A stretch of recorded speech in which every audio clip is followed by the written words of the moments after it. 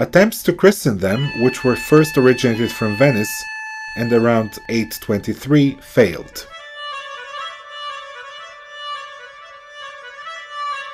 This despite the fact that one of the Neretvian rulers was at the time christened in Venice itself.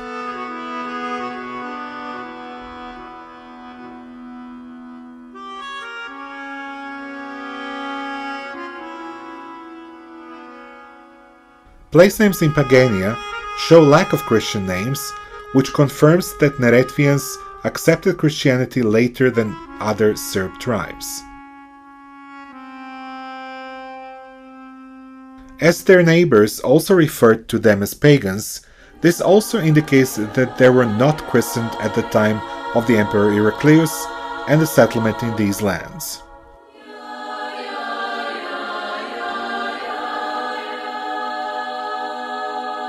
On the other hand, the rulers of Zahumlje entered the church organization of the split archbishopric in 925, following an earlier agreement between the Pope and the Byzantine Emperor Roman Lakapin and the Patriarch Nicholas the Mystic in 923.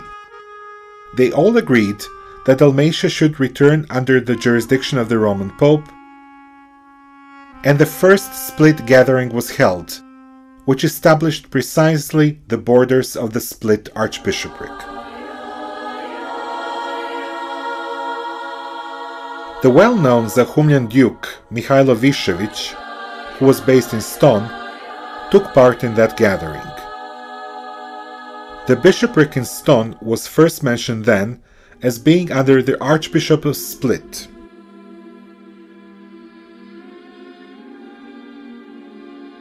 The authority of the Archbishop of Split extended all the way to Duklja, covering Dubrovnik and Kotor in South Dalmatia. Dubrovnik will later challenge the rights of the Archbishop of Split, and their struggle will last until mid-13th century.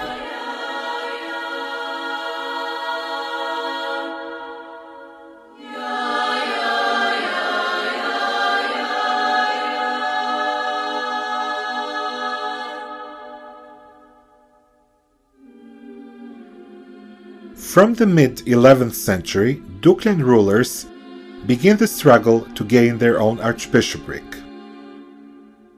Stephen Voislav, who gained independence from Byzantium, did not succeed in this, but his son and heir, Mihailo Vojsavljević, continued this struggle. In 1077, he managed to get recognition of his title as the king from Rome. In 1089, his heir, Bodin, finally achieved the archbishopric with a seat in Bar.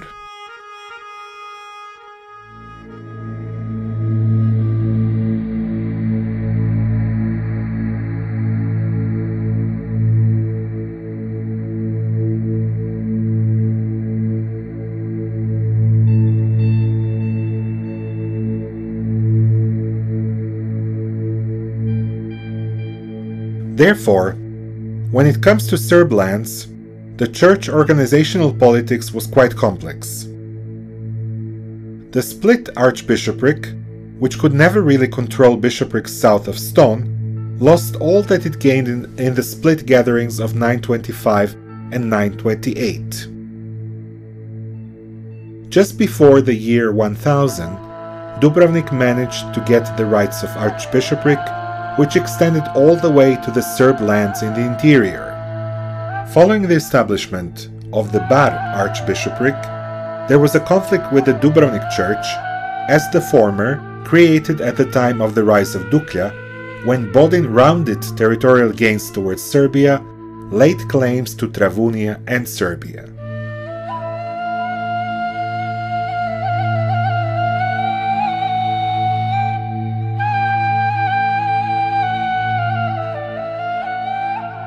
As the Christian world was divided into the Catholic West and the Orthodox East after 1054, so the Serb tribe was also divided when it came to church jurisdiction.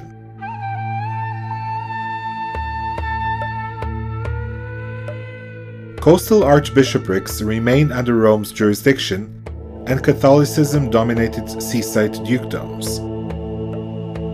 This Gordian knot was cut only in the early 13th century, when the Serb archbishopric was formed and when Saint Sava led a thorough transformation of the Serb church.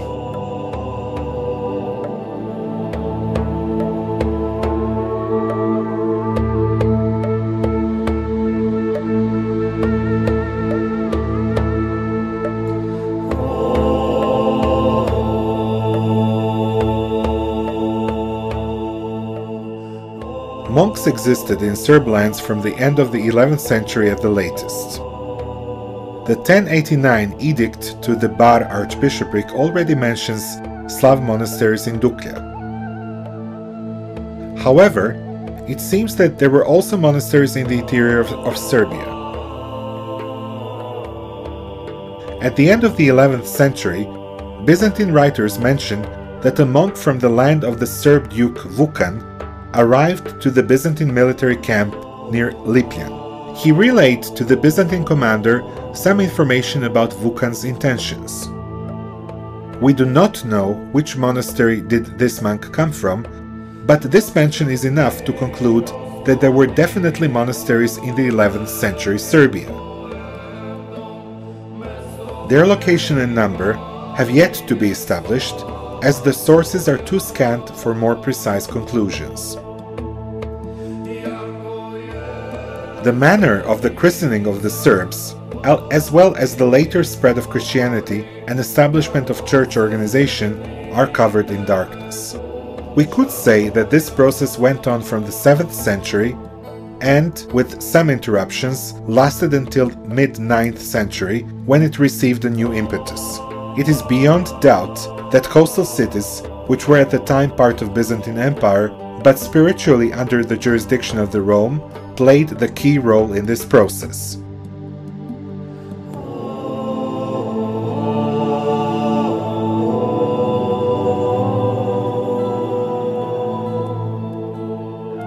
Whatever interruptions this whole process had, it still went continuously in a single direction.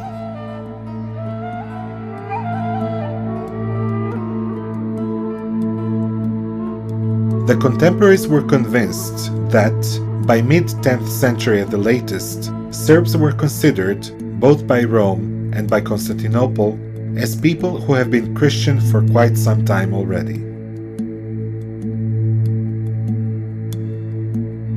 Archaeology has yet to determine material remains of the sacred buildings from this time.